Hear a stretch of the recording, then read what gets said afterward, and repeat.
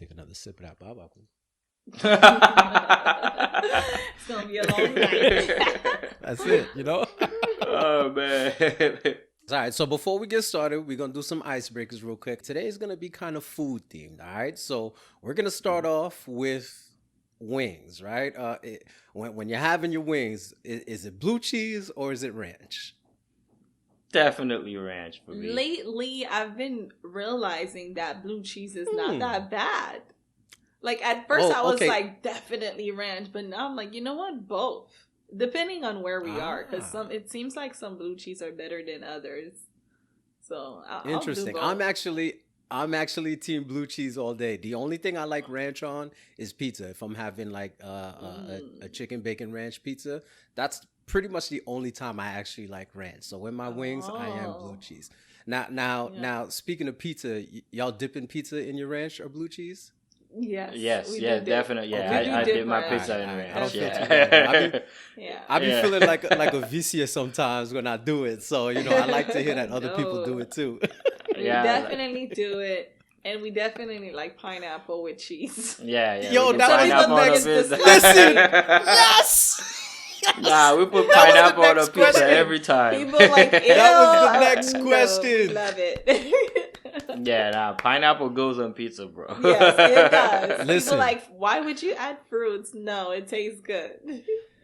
Listen, They if you don't don't get it. like pineapple on your pizza, grow up. Okay? That's it. Just grow up. Seriously. And think about it. It's good balance. You're getting all that carbs from the pizza, but then you cancel it out with the fruits. You feel me? Yeah, there you go. Nice little fruit action there. Yeah. Oh, man. All right, so two more. Now we're gonna switch it. We're gonna switch it to the Haitian side. We're gonna rep the culture, right? So first and foremost, right? Wait, do you guys eat pork or no? No, we don't eat pork. Because I was gonna ask if griot goes with diri cole or diri sauce. Change the grill to tasso, then we'll have a conversation. Okay, so Tasso turkey, but it's tasso kinda cabrit. Okay, so let's go.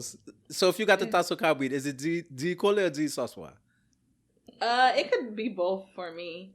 But I do like my Yeah. diri blanc. I like my white rice diri blanc avec sauce pois. I like it with legume macbeuf, the legume that has That's beef the goat. in there. Yeah. Is that your number one? Is legume number one for you? Yes. When it comes to Haitian food, I like the diri blanc, sauce pois noir, and legume. Yup. Yeah. Listen, me with my legume, I don't even mess with sauce pois sometimes. Just give me my diri blanc legume, and I'm good. I might put a little bit of sauce pois on top, but nah, the legume is the star of the show. I don't need nobody trying to steal that shine, yo. Yeah, I feel Yeah. that. I feel that. All right, so the last one, and I've been seeing this going around lately. So, are you eating diri with a spoon or a fork? Ooh. You know, I just ate dili early, like 30 minutes ago, with a spoon. So here's the thing. It's gonna be so funny. Like, for example, the dili got here, right? I smelled the dili. I'm like, yo, this dili smells good. And then I tasted it. The dili tastes even better. So I'm like, I don't want to be struggling with a fork. Like, I grabbed the biggest spoon that we got in the house so that I could pick up as much dili as possible at a time. So, but normally, we grow up like doing the whole fork and knife thing to eat. So Yeah. normally it's a fork, but just like it was good earlier today, and if I want to scoop a lot at a time, I'm grabbing a spoon. Yeah, if I'm home, I'm eating with a spoon. But if I'm out in public, it's gonna be knife and fork. Yeah. Yeah. So me, I'm weird, right? For me, it depends on what I'm eating it out of. If it's in a plate, it's always a fork. If it's in a bowl, then it's a spoon. That makes sense. That actually That makes makes sense. sense. Yeah, that's how I balance mine out a little bit. Have you ever done your hands though? Have you ever eaten the dili with your hands? I mean, look, sometimes you can. It tastes better. Sometimes there's no tastes time better. to waste. It tastes Yeah, better. bro. It tastes better too. I can't front. There's been times, Try eating a sometimes, whole meal with your hand. It's gonna be the best thing ever. Yeah. It's funny because I get and my wife is gonna hear this and she's gonna be tight because I get on the kids about that because like they eat with their hands. My wife is Guyanese. My wife isn't Haitian. She's Guyanese. But you know, they eat with their hands as well too. You know, all Caribbeans. You know, we're all essentially. Yeah, but yeah. like I get so frustrated. Like I'm like, some things you could eat with your hands, but then some things it's like, and you know, kids, they're just like holding food in their hand and just walking around. I'm just like, get a fork or something, you know. So she's gonna hit us and she's gonna giggle a little bit.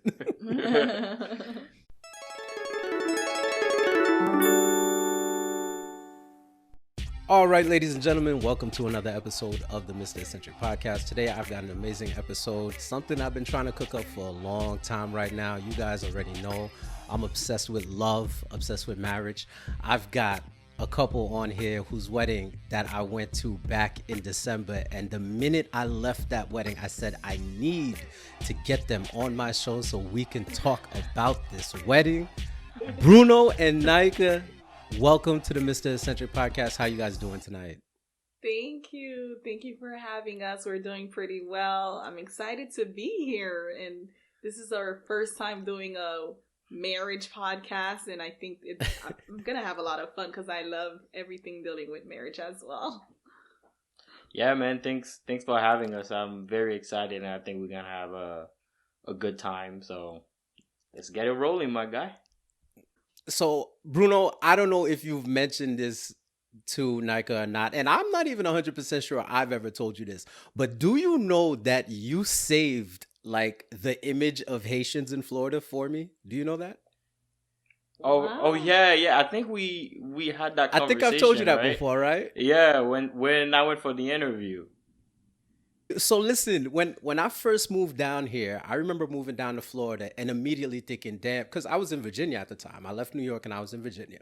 And I moved down to Florida and immediately I'm thinking like, man, I'm going to get down here. I'm going to be around Haitians. Because that's one thing I hated about Virginia is like, you know, there was like no culture, you know, it was like black people, white people.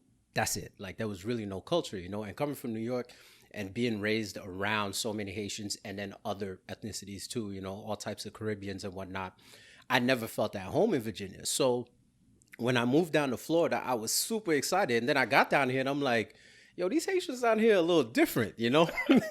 And for the longest time, like I didn't have anybody that I really rocked with like that was Haitian until I started working at Tommy Hilfiger, yo. I say, shout out to the Tommy Hilfiger crew, man. The Haitians that worked at Tommy Hilfiger, y'all are the realest, man. So, Bruno, you were one of the first ones where, you know, I remember you coming into the interview and I'm like, oh, see, this is my type of Haitian, you know? So I appreciate you for making Haitians awesome for me in Florida, man. Thank you for that. Of course, man. Yeah, I think I've told Naikha the story. I was telling Naikha, I said, hey, I walked into the interview and then, you know, everybody else was sitting at the table, they were whatever. And me, I came into the store. I didn't have an interview. I came to drop off like an application. Like I was just testing it out. And then you saw me and you were like, yo, is that a Windsor knot? Cause I was wearing a shirt and tie. You're like, yo, is that a Windsor knot? I'm like, yeah. He was like, Rick was like, you know how to do a Windsor knot? And I was like, yeah, I just learned it. And then he was like, you got an interview? I'm like, nah. And he was like, sit down, I'll interview you. Oh. And I was like, ever since that day, bro, I was like, yo, I didn't even have an interview. And, you know, Rick just saw me and was like, cause that was going to be like my first ever job too, you know, just graduated high school and stuff, but. Yeah. And you know, like, so that's the thing, right? Because I think that's one of the things I appreciate most about being Haitian. Like, you know, no disrespect to any other ethnicity and nationality, not to say they don't know any better or whatnot, but being raised Haitian, you know, we're raised a certain way. And we, you know, being raised that way, we really got to bring it, you know? So seeing that, especially when, like you mentioned, you know, we're in these interviews and these kids are coming, you know, in shorts and t-shirts and flip-flops and this and that. And I'm like, yo, this is an interview for a job. Like, you know, like you want to see a little bit more. And to see you walk in like that, to your point, not even for an interview, just to drop off an application, I was like, nah, like I need this kid here, man. This kid is gonna keep me sane over here, man. So I appreciate you from day one. That's of nice. course, I appreciate you too, man. And what I enjoyed is that he took that Tommy job so serious. Like, you have no idea. I was like, I know. Why haven't I heard from you? I was working.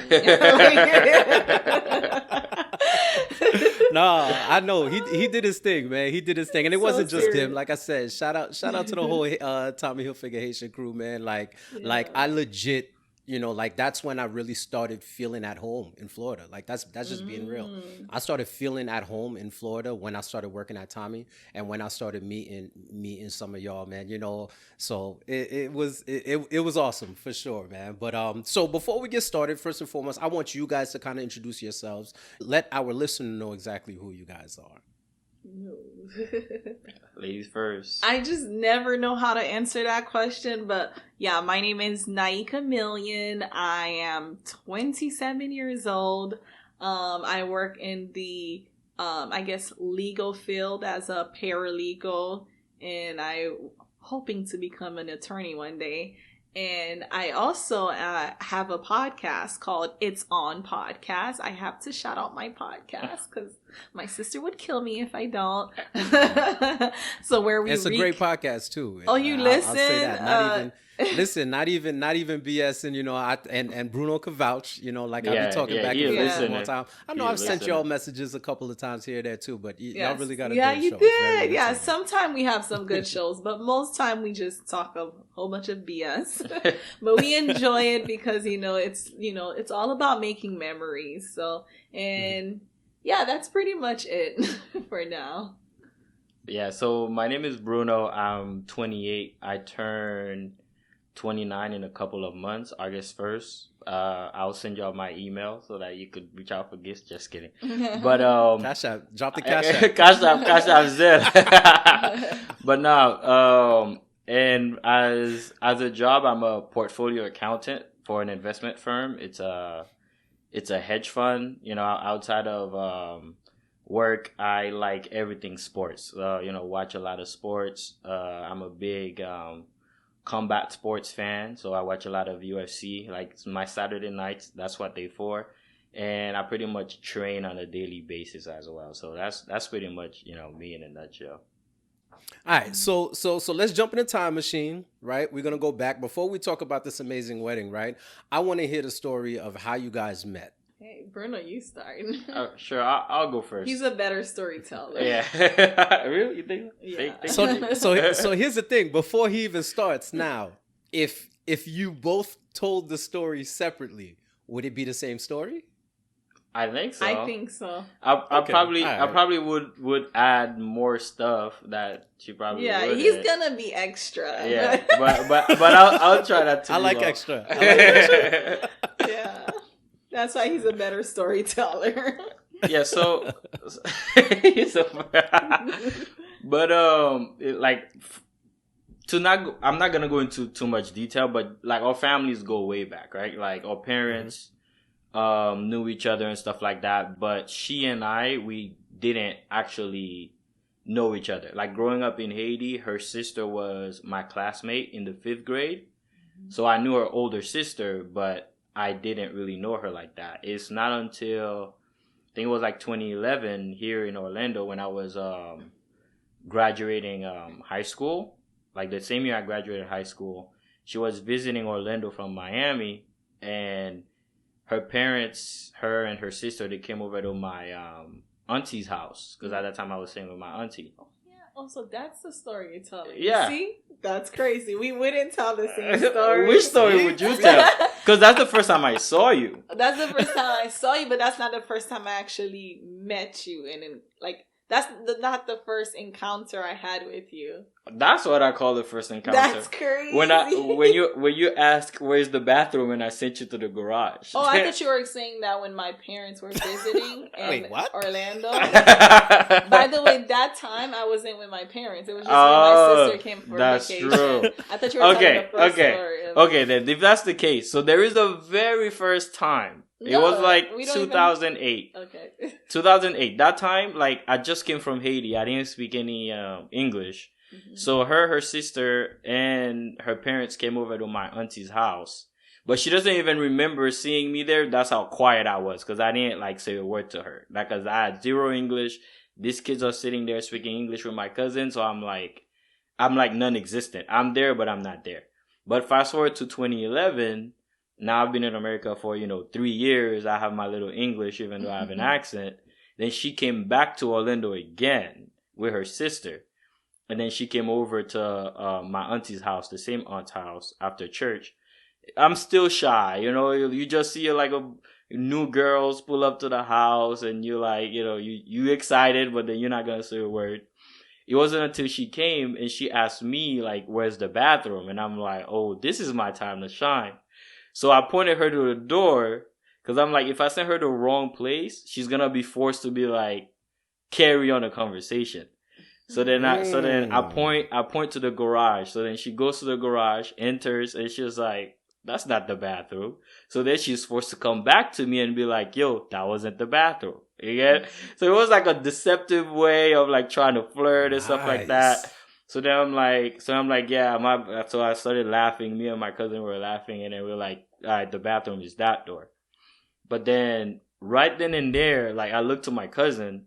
I'm like, yo, this girl is pretty. And then my cousin was like, yeah, I know. So, 2011, anything you got to do, you do it on Facebook. Because she doesn't live in Orlando. She's leaving. So I went and added her on Facebook. You added me first, didn't you? I added you on Facebook. She added, she saw the kid and she added me first She's on Facebook. Yeah. That's his story. Yeah, man. She added me first on Facebook. And then the moment she added me, I told my cousin, I said, look at her adding me. And I just inboxed her. And then ever since that day, bro, like I never stopped inboxing. So we like built a friendship. And then I think about a year and a month later, then it kind of like seemingly transitioned into a relationship. There was never like a talking season or anything like that. See, I would like to say he didn't like me as someone to date. He was just my friend. Like that's pure honesty. Cause he's like, how can I know if I like you if I don't really spend time with you? So I don't really know if I like you. But we used to talk literally every day for an entire year. That I'm like, this is weird. Like my parents are saying that I speak to you like too often. And they don't want me to have a boyfriend. So I think we should kind of like pump the brake on like talking every day. Because I'm only in high school and he was kind of like done. He graduated high school. He graduated young. But I was in high school and my parents were like, I don't think you should be talking to a boy every day like that. This doesn't make sense. And I'm like, we should pump the brakes. So I literally stopped talking to him for literally a month. And once the month was over, he was like, I'm back. Hey, like he was just back. Like we never stopped talking. So we were pretty much friends for an entire year. And then it was summer again. Usually we spend our summer in Orlando. Like my parents sent us to like our young aunt house, during summer vacation. So when I came to Orlando, then he wanted to kiss me. And I'm like, wait, I don't kiss my friend. It's like, that's weird. Like, I don't kiss friends. Like, I kiss people that are my boyfriend, but I wouldn't kiss my friend. And first, he never really told me he kind of liked me like that. So I thought he was just my friend. And he was like, well, technically, we're boyfriend and girlfriend because I talk to you almost every day. So, and I'm like, well, nobody ever asked me to be their girlfriend, so I don't think so. And then Bruno was on it. I like that. Yeah. Yes, sir. And I guess a couple of weeks later, he asked me, hey, do you want to be my girlfriend? And that's literally the foundation of our relationship. He wanted a kiss.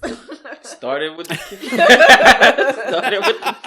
And I was young, and I'm like, sure, as long as I'm not kissing someone that's not my boyfriend, then I'm fine. Now, cause the thing is this, like if even though we spoke every day, like she mentioned, because I don't see her like that, I really didn't feel. I mean, I liked the idea of her, of all her traits and attributes and stuff like that.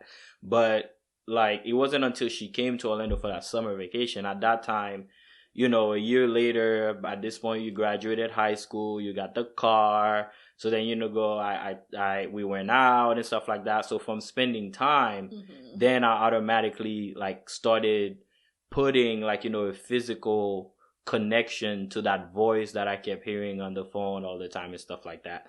So that's when I'm like, okay, now it's time to capitalize on the physical. And she's like, you're not my man. I'm like, well then, let's make it happen. Let me be over there.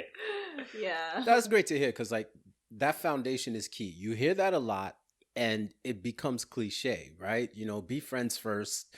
And people are like, ain't nobody got time for that. You know what I mean? Like you like someone, you like someone. So I think it's pretty cool the fact that, you know, you guys were kind of separated and almost had no choice but to really establish, you know, that friendship first through, you know, just talking back and forth while one's in Orlando, one's in Miami and whatnot, to be able to cultivate that relationship. So now you mentioned that your family, you know, the families were friends out the gate. So obviously early on, before it's anything serious and whatnot, I know how Haitian families are. I know how Haitian parents are. So I could imagine the type of struggle that might have been. So, you know, what type of kind of negative vibes were you guys getting from the family? I'd say Naikha specifically, because we know, you know, when it comes to Haitian households, you know, we guard our daughters pretty well, you know, pretty tightly. You know, I got a daughter and I already know when the time comes, you know, like, nah. so I'm curious to see, like, yeah, you know, so I'm curious to understand what that was like early on while it was just talking, and where you said, you know, like, hey, your parents was like, hey, you kind of talking to this dude a little bit too much, but to the point where y'all together. And there is this dynamic of, hey, the families know each other anyway. Yeah, so like with my dad, like I don't think he wanted none of his daughters to be dating while they're like in high school. So like my sister had boyfriends, but like I know my parents would prefer that we do not like date anyone. So like I was kind of hesitant about having boyfriends and whatnot. So like just talking to him as a friend, I'm like, okay, it's just a friend. He's not my boyfriend, so we're good, like mom and dad. I just have a guy friend. But then they started to realize, like, wait, why do you talk to this guy friend so much? Like, I don't want you to have boyfriends. So I'm like, no, like, it's just a friend. So I kind of kept our relationship kind of a secret for almost like till I graduated high school or was like senior year. Because to my parents, they don't want me to have a boyfriend. So therefore, he wasn't a boyfriend. He was a friend until I graduated high school. Then it's like, no, actually, he's a boyfriend now. So that's the kind of pushback I would say I got. But my parents were not really strict. They just make sure they tell, like, he was really far, long distance. And I like to think that my parents kind of trust me. And they, you know, instill some type of education or foundation in me. So they kind of trust that I wouldn't, like, be engaged in any weird activity with a guy. So I don't think they were kind of like checking my phone and seeing what I like. They probably did check my phone, and I didn't know because they're parents. They're smarter than that. They're sneakier. But I felt like they kind of like trust that I'm not doing anything bad. So they didn't kind of like push back on Bruno and like, no, I don't want you ever talking to him. But at the same time, that I remember, I don't want you to have a boyfriend. I'm like, no, just a friend, just a friend. But that's all I kept telling them. So they didn't really give me a hard time for having a friend. So now, okay, you get to a point, you graduate, and it's like, all right, we're together, and you let it be known. So at what point between the two of you guys, like, where do you think, you know, the kind of the switch flipped a bit, where you was like, hey, this isn't just, you know, little mess around high school type thing. Like, this could be something serious moving forward. Moving, like, serious with our parents or serious with us? Well, serious with you guys. Like at what point where did you guys realize, you know, now here's the thing, let me go back a little bit, right? Because maybe you both don't realize it at the same time. Was it a situation where you guys both kind of knew, hey, look, this could be a forever thing, or was one kind of seeing that before the other? Oh, that's a good question. You should go with that. I think well, based on how we you were going about our relationship, I think it was like, it's like post graduation, like she graduates high school and then moved to Orlando, and now we're like in the same place. You know, she's growing up, I'm growing up. I think at that point is when, you know, we both kind of like seeing out, okay, this is legit now. You know, this is not a high school thing. It's not a long distance thing. You're right here, I'm right here. And we pretty much, you know, evolving as adults. Like, she's living on her own, going to college. I'm going to school. I'm working. You know what I mean? So it's like, I think at that point, that's when we're like, okay, this is for real. And then it kind of transitioned to, you know, our parents also, you know, even though they knew each other, but now they knowing each other in the sense of our kids are dating each other. And then, you know, which they find because, hey, I know them from, they're basically thinking to each other, we know each other from way back. You know, I would prefer to have my kid dating somebody in-house. I mean, I can use that term, in-house. You know, it's like, yeah, if I mess up, they know where to find me. You know? Yeah, that makes a difference. They know where to find me. They know where to find my parents.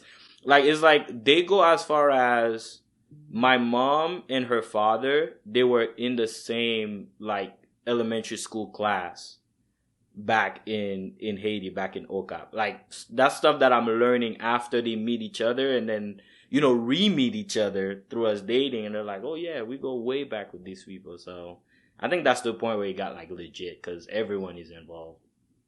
It's crazy thinking about that last thing you mentioned as far as like them being in the same class when they was younger and then kind of like re-meeting each other. Listen, I moved, you know, I live in Groveland now. So, you know, we bought a house up in Groveland a couple of years ago. So there's another Haitian family on the block down the road, you know, their son is the same age as my son. They're older. The couple is older. Their youngest son is the same age as my son. So they're like best friends, you know, and it's, you know, when you're Haitian and you find other Haitians around, like it's automatically family. So, you know, we've been kicking it. We chat here and there, nothing too crazy. And then, you know, my parents are always in and out, and my dad is here at one point, and you know, they come over, and how random my dad knows this dude, and I'm like, what? Like, how do you know this guy? Yeah, man, that's how it is. Yeah, like, I move all the way out to Groveland in the middle of nowhere. The one random Haitian family that happens to live in my block. You know this guy? Like, man. Haitians on another level, yo. And first of all, we're 7-day Adventists. And the 7-day Adventist community in Haiti is pretty much like everyone knows each other. And I guess my dad was also a pastor. Maybe that, I don't know. But they actually knew each other since they were like like when they were kids, our parents. So it's kind of like, to me, it's not that mind-blowing that they would know each other because we were kind of like raised in the same 7-day Adventist community. And I feel like the community is really small. So it's kind of like, yeah, of course. Like my sister and her husband, my parents knew the parents knew each other and they're used to each other. You know, like his entire family, you know, my entire family. So to me, I'm like, okay, that's normal because the community was pretty small. But yeah. Yeah. No, that, and like I said, it helps a lot, especially in our community. With our parents, it helps a lot. If the parents are cool, bro, the relationship go a lot better. That's true. You don't have to convince anyone of accepting anyone, that bro. Is so true. Yeah. I don't realize automatic pass. I don't realize how like easy we had it when it comes to that. Yeah. That is a big thing for real. No, that's definitely a big factor.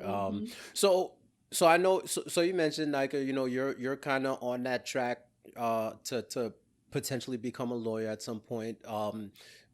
Bruno's got, you know, a rock solid career as well within the accounting firm, and I know you do the real estate thing. Do you still do real estate or no? Yeah.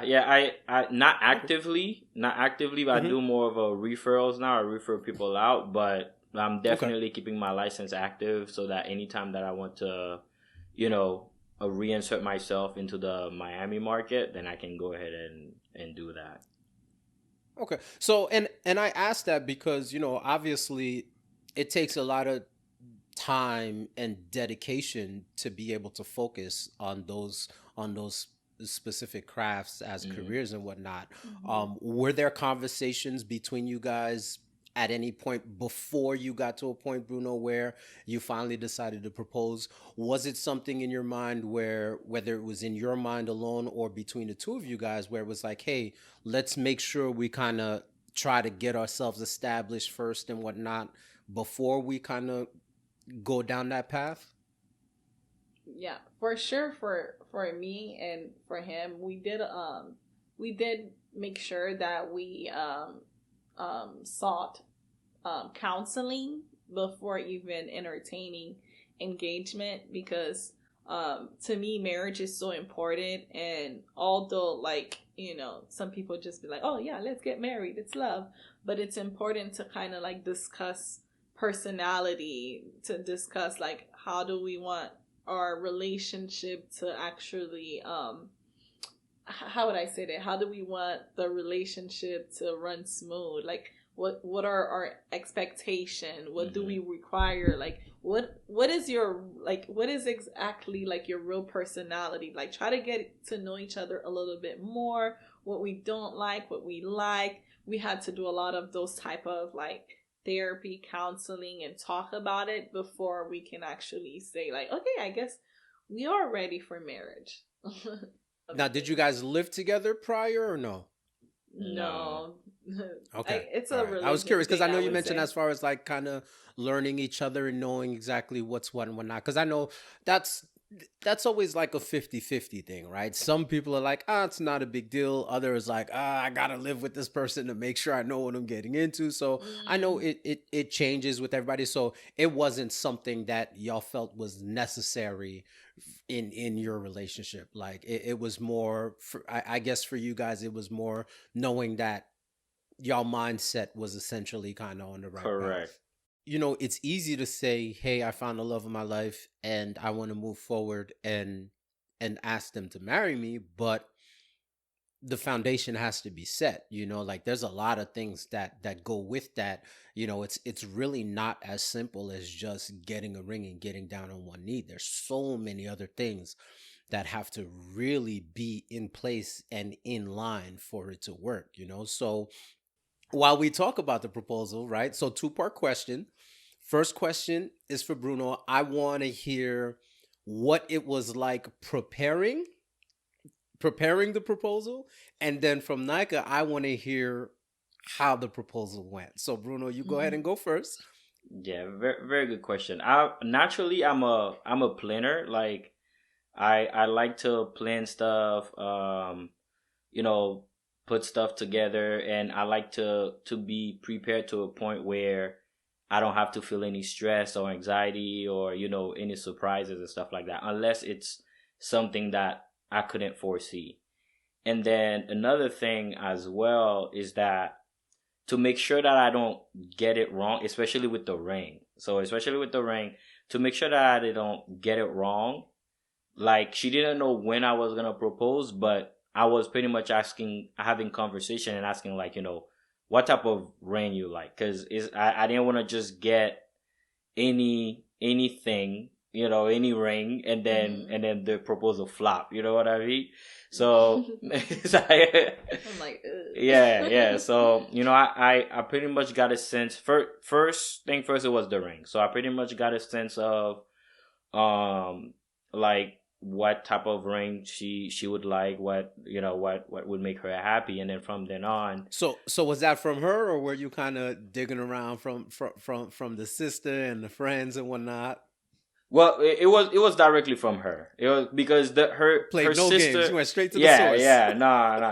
Her sister wouldn't know, like, because they didn't really grow up wearing any jewelry like that, so she wouldn't know like what type of ring she would like, or even ring size and stuff like that. So I had to go directly from the source, like, yo, if I'm getting you a ring, what it would be. So from then on, then I look for like different jewelers that can make it for me, and pretty much I shopped first the stone, and then I have the jewelry, I have conversations and so forth, establish a timeline on when I can get the ring.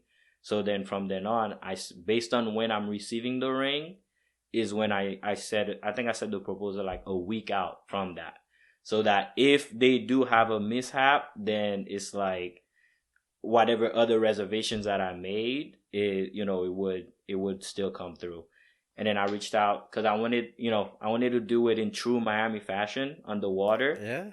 Yeah. So then I reached out to a boat rental company, rented a boat because that was the two biggest things, like shopping for the ring, get it made, get it delivered on time, and then get the boat. And then from then on, that's when I get like the sister and the best friend involved with like, hey, this is the idea that I have and how can you help and stuff like that. So I got the boat, but they were responsible to make it look, cute and proposal friendly and stuff like that. But yeah, so yeah, the planning, it wasn't too bad, to be honest. No surprises, thank God. And I'll say this, they did their thing. I mean, you and them. It was a great collaborative effort because I remember seeing the pictures. Remember, I was in your inbox immediately. Yeah. As soon as I seen the pictures, I was just like, yo! So Naikha, walk us through the proposal itself. What did the proposal itself look like from your vantage point? First, I had a feeling that it was happening the weekend that it was happening. So I went and, purchased an outfit because I'm like, it's happening. Although everybody's trying to play it cool, but it's happening that weekend. So I'm like, hey, everybody, is this dress good? And they're like, man, it seems like they know, like, man, it seems like she know. And they're like, yes, this is cute. And I'm like, I got my nails done. Is my nails good? They're like, yes, your nails is done. I'm like, I got an outfit. I got my shoes. This is good. Everybody's like, yes, yes, yes. But like my sister lived in Texas and I was staying at my mom's house and I'm like, okay, but my sister is not here. So I'm really not sure. Would Bruno propose without inviting my sister in town? So maybe it's not happening this weekend, but just in case, he said he's going to be in town. So I'm just going to be like wearing that dress. And if it doesn't happen, I guess I'm going to have to shop for another dress because I just got that. I need to make sure I look good. So like my mom wasn't really at the house. Like she kept coming in and out of the house. I'm like, okay, something is like happening. Maybe my sister is here and she's hiding somewhere. And it's so funny because that weekend my best friend came to my job and just to help me and talk and chat with me. And then I'm like, do you know if like Bruno's proposing? Because I don't want him to get it wrong. Like, because if he's proposing, this is what I would like. I would like a boat. I would like to play games. I don't want everybody to be there. Literally everything I told her, it was part of the proposal. And mind you, they had planned weeks before. So it just made me happy that like, oh my gosh, they know me. He knows me exactly how I would want to get proposed to. That's exactly how it went. So it went just perfectly. It was the boat. We played board game, and he knows I love board games. Like I could play all board games all day. So we had board games, and after playing the board games, and then we went to like a room to just look at the room. And then he got down on one knees and proposed inside of the little boat rooms. And it was just so cute. I loved it. It was perfect. Perfection. Wow. Yeah, and then right after the proposal, we went to the Airbnb and my family was there and we celebrated with them. His family as well, his mom, his auntie, and his stepfather, I would say. They were all there and my friends. So that's a cool thing. Like, I feel like, obviously, most women are like, I don't want to say most. I said generally women would want it to be a surprise and not necessarily know. But on the flip side, it sounds like even though you kind of had an idea and felt it was going to happen, I think the fact that exactly the way you would want it to happen, that pretty much balanced out the fact that it may not be a surprise, but at the very least, it's the perfect situation. Yes. I guess in that case, I wouldn't want a surprise because I'm like, I'm so happy I knew because I'm like, oh, I'm such a shy person. So I'm like, I want to make sure there's not eyes watching me and it's going to be That's so true. awkward. You kind of mentally prepare yourself and whatnot. Mentally prepare. So yeah, it was perfect for me. The thing is, I listen, you know, like it's like from us dating, You'll go far with that. Yeah, bro. Yes, continue listening. Yes. Now I already married you and you stuck here, so I'll stop listening. But literally. So all right, so we get the proposal, right? And like I said, I remember seeing it posted, and I'm going through Instagram, and I'm like, yo, my guy, he did his thing, and I jumped into the DM immediately. Bruno, do you remember what was the message I sent you about the wedding? Do you remember what I told you about the wedding? Yeah, I think you said something along the line. You gotta be there because you know this wedding is about to be ill. but okay, one more thing though. Do you remember the cherry on top? What was it? I don't remember what the cherry on top was. Yo, Fill me in. So Naikha, if he hasn't mentioned it to you, I told Bruno Shannon, I said, yo, I will pay for my plate. Oh yeah. That's true. I said, yo, I will pay for my plate. I just gotta be there. That's so sweet. But the funny thing, he always talk about you as his manager and Tommy that gave him the so I'm like, of course you would have to be there. Nah, you know what it is, cause I already mentioned, and again, like I'll say it again, Bruno, you my guy, man. Like straight up, you mean a lot to me. Like even though we don't, we may not have a super tight relationship where we see each other all the time and whatnot, but the times, that time that we spent working together, man, like, as an older head, as an OG, I appreciate, seeing young Haitian men who kind of are coming up the way that I came up, right? I don't have the super old school mindset like my parents and our parents would, because we're separated probably I'd say we're probably separated by you said you're 28, right? Yep, 28, yeah. Okay. So we're separated by 15-ish years, right? So I think I have both mindsets, right? I have the old school mindset, I have the new school mindset, and I understand both. And I think again, immediately in you and some of the other dudes, Kendi's another one, shout out to Kendi. He's another one too, there were a handful of y'all that y'all really made me feel at home when I was really starting to hate Florida. I was like, yo, this is whack. I came down here thinking that I was going to be around my people. And one of the things I noticed immediately was the mindset was a little bit different than I was used to, which is fine. It just wasn't what I was looking for. So then, meeting and working with you guys, immediately put me in that comfort zone that I was kind of looking for, where I was like, man, I'm around my people, and one of the things that always fascinated me about you is, we were very similar in the sense that, our likes and our taste was similar, where it's rock music, it's I can't believe you remember that. Stuff. Yeah, I can't remember that. I remember, it's a lot of the things that technically we as Black or Haitian men shouldn't like. Yeah. I always thought that was weird. I'm like, whoa.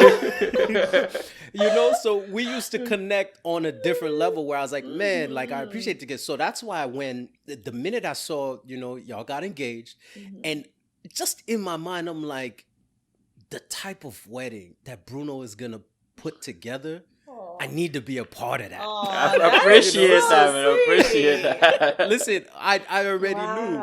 So let's go from the early stages of planning, right? What was some of the initial ideas and inspirations as you guys first started planning the wedding? Do you want to take this or no? You can start. I think you'll do great with this one. Okay, with me, I have. So first thing. So who took the lead? here's the thing now, and because I know generally, right? We already know generally, obviously, the bride is gonna take the lead, and stereotypically, the groom just stays in the cut. But if I know Bruno like I know Bruno, and if because I know Bruno's like me, we ain't about that. Yeah, no, we gonna Bruno be right was up front and personal. With My everything. Bruno is a planner and I'm not a planner. Yeah. I'm just a creative mind. I'm a creative mind. I know what I want. But as far as like keeping things on track and being organized and making sure that things goes as planned and planning and overly planning, that's Bruno.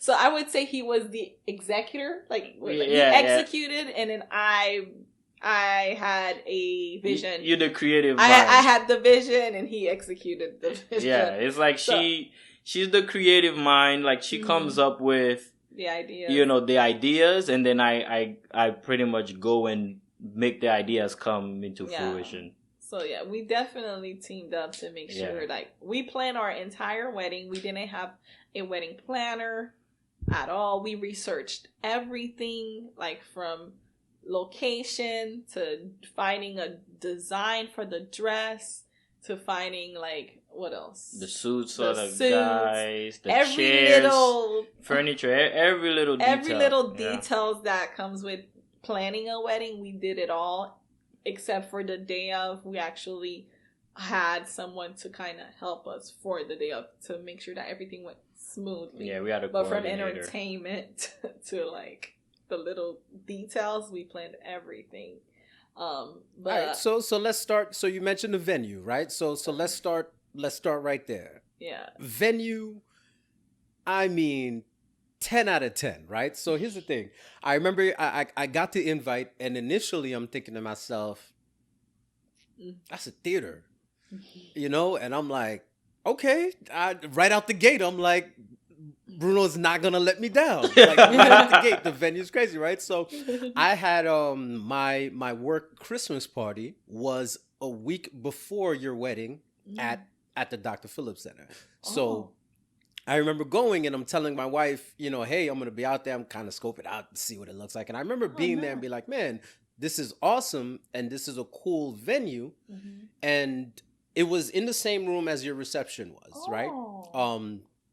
And I'm there and I'm thinking to myself, well, where are they going to have this wedding? Where could this wedding possibly be? Not even thinking that it would be in that same room, right? So when we show up for the wedding, first of all, before we even get to the reception hall, so the ceremony, I mean, the vibe was just crazy because it's balcony / rooftop. Like, I mean, it was absolutely incredible, right? So I remember being there, and one of the first things I noticed, well, not one of the first things I noticed, but one of the things I noticed as y'all are coming out, right, is the bridesmaids, right? So I'm looking and I'm like, white dress, white dress. White dress? White dress? So immediately I'm like, nobody does this, like this isn't something a bride would generally do. So in my mind, I'm thinking, is she coming out in like black? Is she coming out in red or something like that? But now I have a theory. Before I say my theory, I'm gonna ask what was the mindset behind? Because that's something I wanted to ask you. Like the whole time we were like, yo, I know we're gonna be doing this episode. The one thing I wanted to know is how did you get to the decision of having your bridesmaids also wear white? Because that's something I'd never seen at a wedding before. Okay, first I do want to answer about the venue. So when I was in college, I visited the Dr. Phillips Center. So that was like around 2016, and I saw it. I'm like, Like, I wasn't even thinking about marriage at that point. I'm like, I would have my wedding there.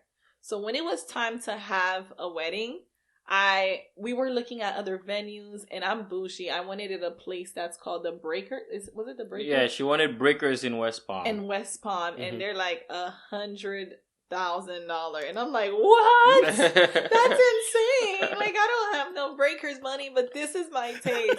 So then, like, we were like, okay, we gotta go to find some place in Orlando. Maybe Orlando is cheaper because I also wanted some other place in Miami Beach. Yeah, that was the temple. The temple, and they're like another 150. She has 100K taste. Yeah, I'm like, this is insane. That's like She's a 6 Miami feet. girl. Yeah, right. Like 6 feet. I get it. Yeah, I get it. She's a and Miami I'm girl. still trying to see, like, okay, how can we make it happen? Maybe if we cut on the people, maybe it won't be like 6-figure wedding. And then I'm like, okay, never mind.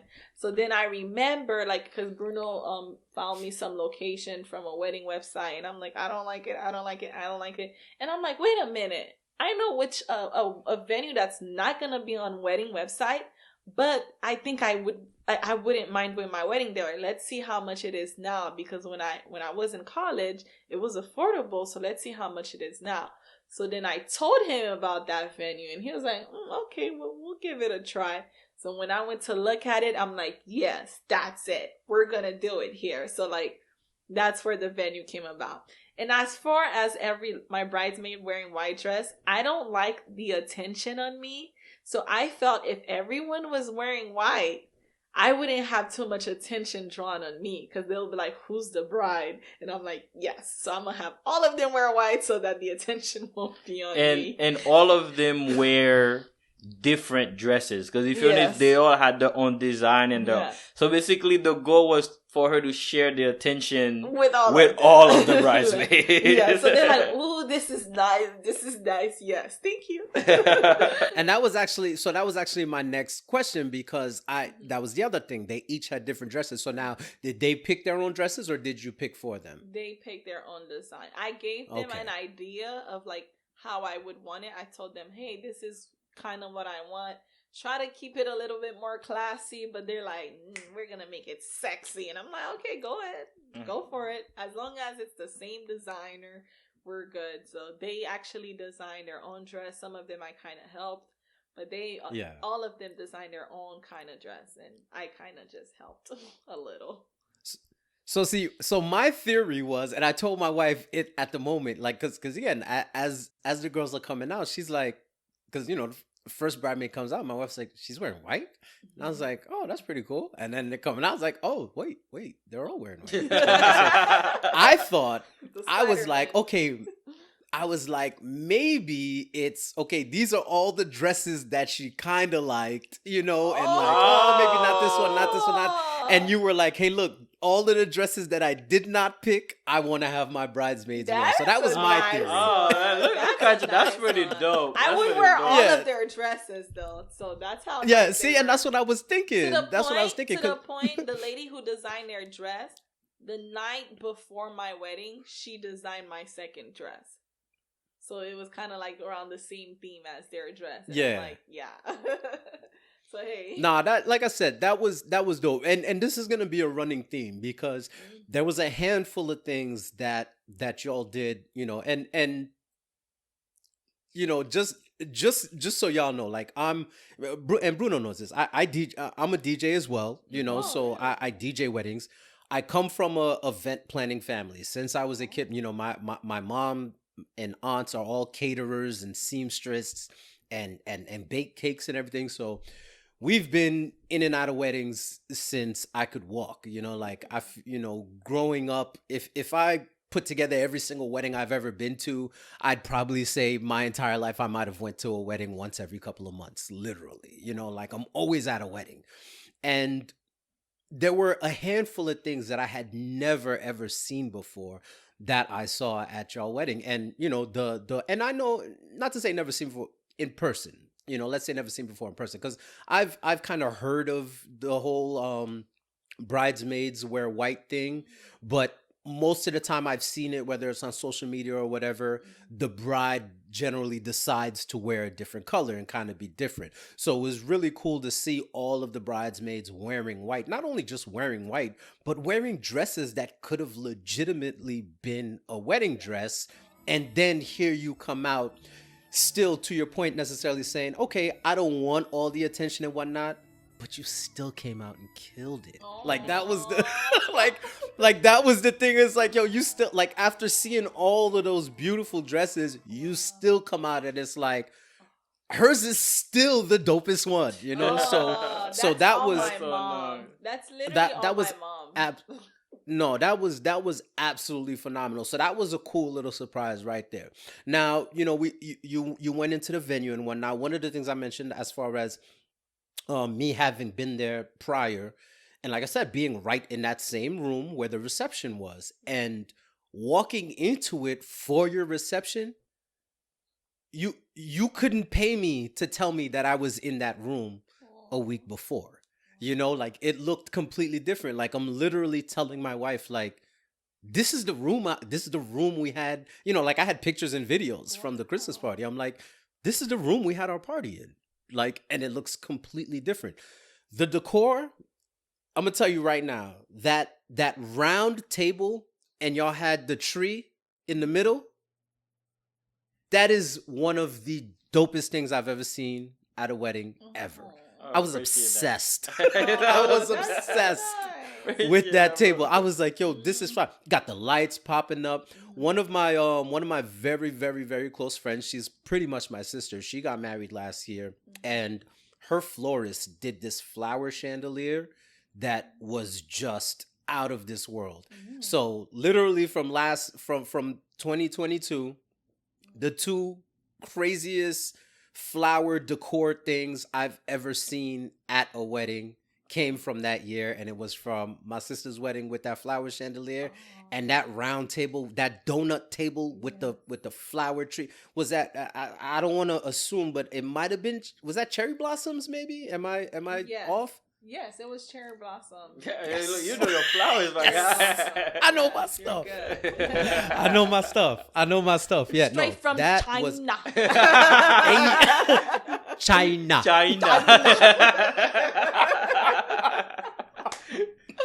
You had to put that Donald Trump in. So hold on. Let me not get ahead of myself. Before I even go into the reception, I do have to make one other honorable mention at the cocktail hour. Them lamb chops. Everyone talks about those lamb chops. So they must have been. Listen. Do you know how many times I went hunting down the lamb chop lady? I can't tell you how many times I went stalking the lamb. That was, those lamb chops were crazy. Yeah, they were nice enough to like come look for us, like to give us some, because we would have. One of the things I said, I'm like, okay, food is expensive when it comes to wedding, but I would rather have lamb chop and have only just 2 appetizer option than have just many little appetizer option. Because if you notice, we literally had 2 appetizer option, but I'm like, I want my lamb chop. It doesn't matter. I love lamb chop. If you ask me and my wife, you only had one option. It was just the lamb chop. If anybody else came by with a plate, we were like, where's that ain't the lamb chop? Get out of here. Get out of here. Send the lamb chop lady over here. Nah, that's funny. I was one of them. I'm like, hello. I remember we ordered lamb chop. No, Naikha was not playing about her lamb chops, I don't care if I'm just part of the wedding taking pictures. I need my lamb chops. So the other thing that, so we talked about some of the decor. I mean, again, the room looked fantastic, right? So I want to give a shout out to Nana Bell Event Planner, because that's my mom's business.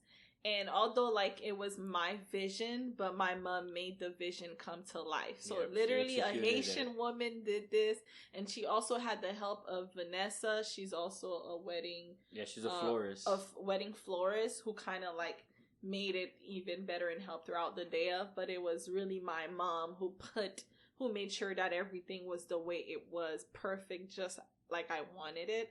So Nana Bell Event Planner, if you ever need, shameless plug. Please. Hey, plug that. Because listen, I'm a witness. I can vouch. And it won't be affordable. Trust me.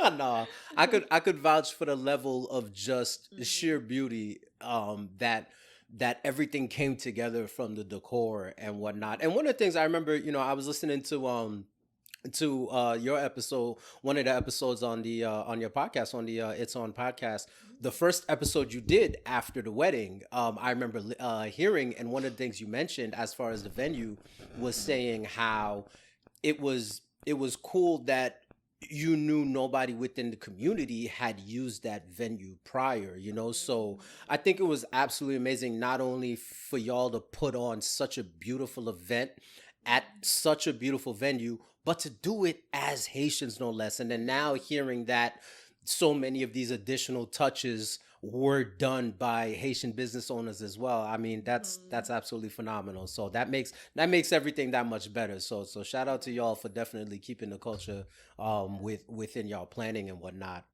We were so intentional about that one, hiring black people to do everything for our wedding.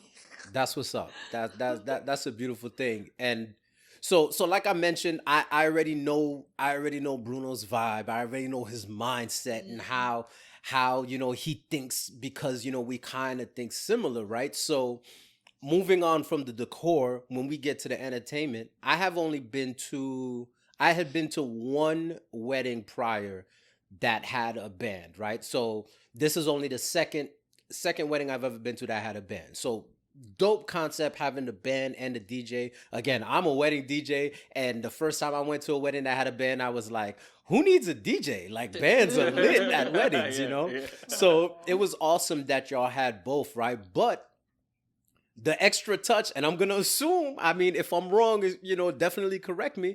I'm gonna assume this was Bruno's touch. The ballerina, the dancer, Yes.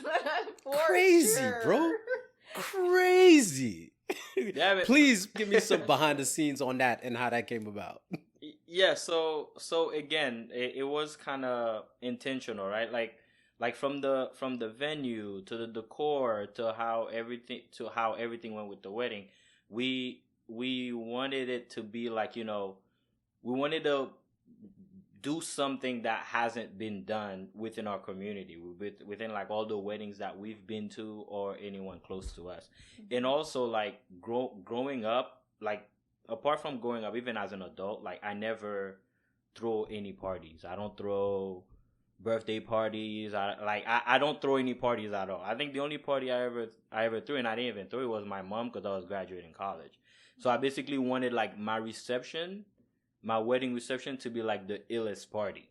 Like so I was like, okay, if I'm gonna have the illest party, I want to provide entertainment that people don't normally see at, any wedding. And then from like watching America's Got Talent for like over the years, pretty much every year there's like an aerialist on America's Got Talent. And I always thought like, yo, when I'm having my wedding, like I'm gonna hire an aerialist. And I know is gonna be like the wowzer. Like I hired her to be the wowzer factor of the reception. But they didn't want the venue would not allow her to like hang from the ceiling. So then I asked her, like, does she have like a ground, a ground-based performance thingy? And then she showed me that thing. I was like, yeah, let's do it. But then it's like during the hiring process, I'm like, yo, I'm gonna have like a bunch of old Haitian parents there, and I'm like, I don't know. So I was like, I was telling the lady, I'm like, can you dress conservatively? But then I was still like second guessing. So then I went to look at another thing that I've seen that was pretty cool, was like a spinning cube. It's like a guy that has like a giant cube. They could spin it on their hand, on top of their head, while they do tricks and stuff like that.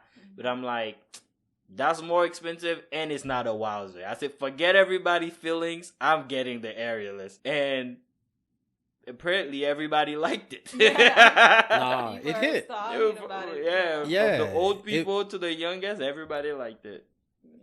Yeah, I mean, and you hit the nail on the head, like you said. It's a wow factor. It's not something you're expect. And ironically enough, it's easy to say it's not something you're coming to a wedding to expect, but the fact that you're having a wedding at a performing arts center to begin with, that's already something you wouldn't expect. So if you put that in a context, then it's like, yeah, let's have some performing art, right? Yeah, exactly. That's what it was, bro. Yeah. Nah, exactly, y'all. bro. Exactly. Like I said, like that was an Like element. performance.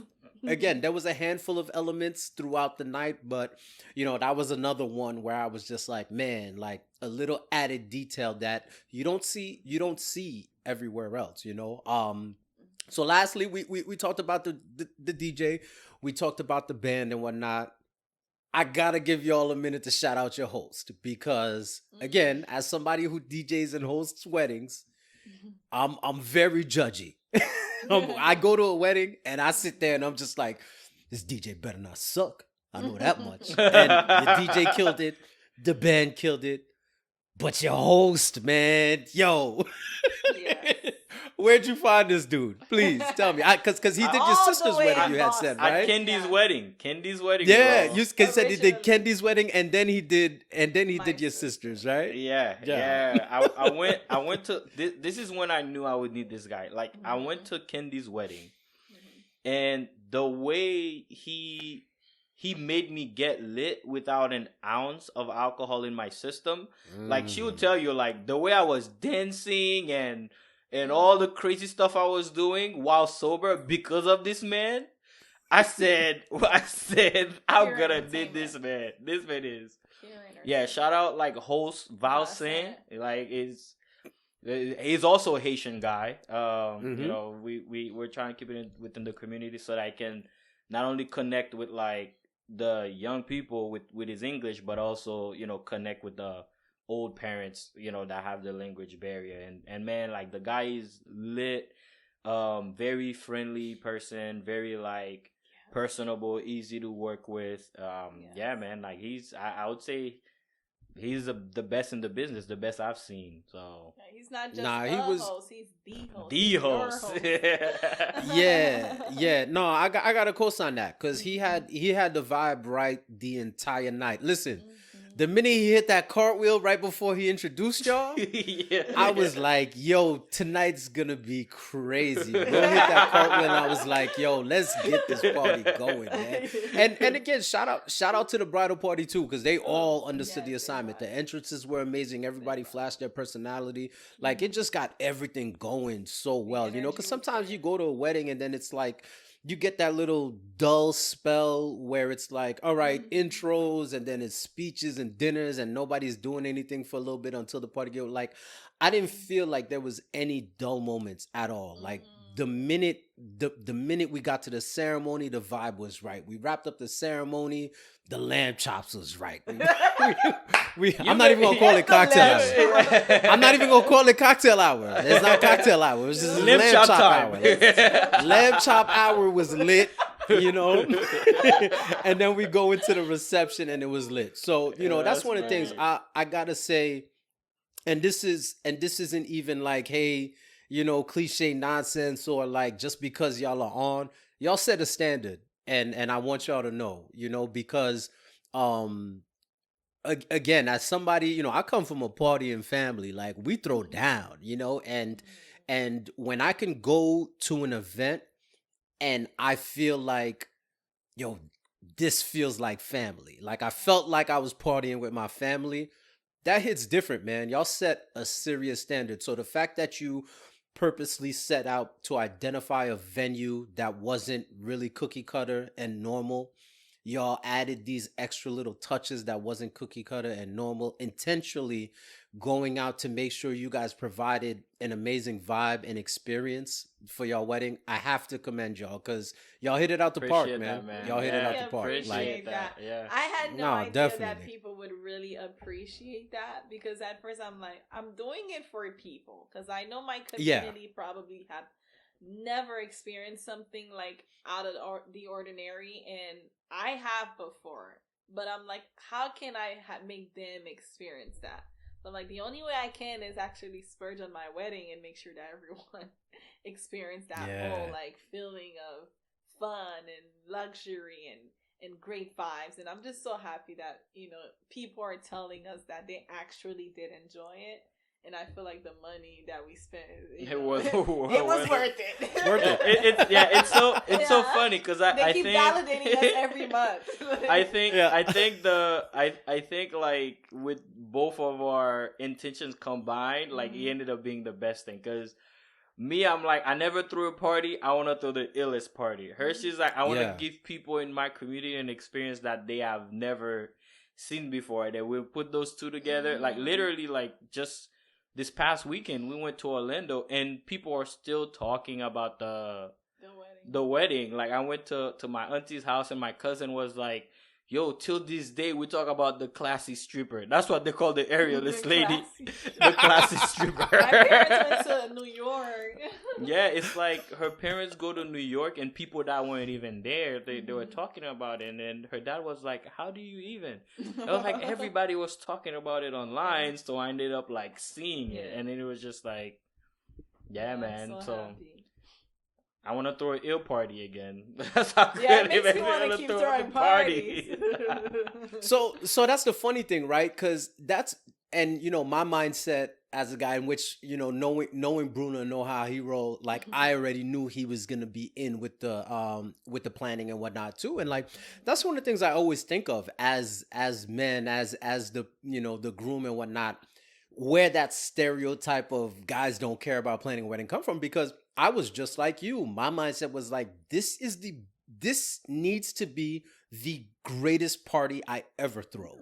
Like that was my mindset going into my wedding as well. And I was right there with my wife every step of the way, helping with decisions, this and that. Nah, I don't like this. I don't like that. I love this. This is good, you know, because, you know, it's both of your day, you know. So to have both of you guys collaborating to, you know, it just makes sense.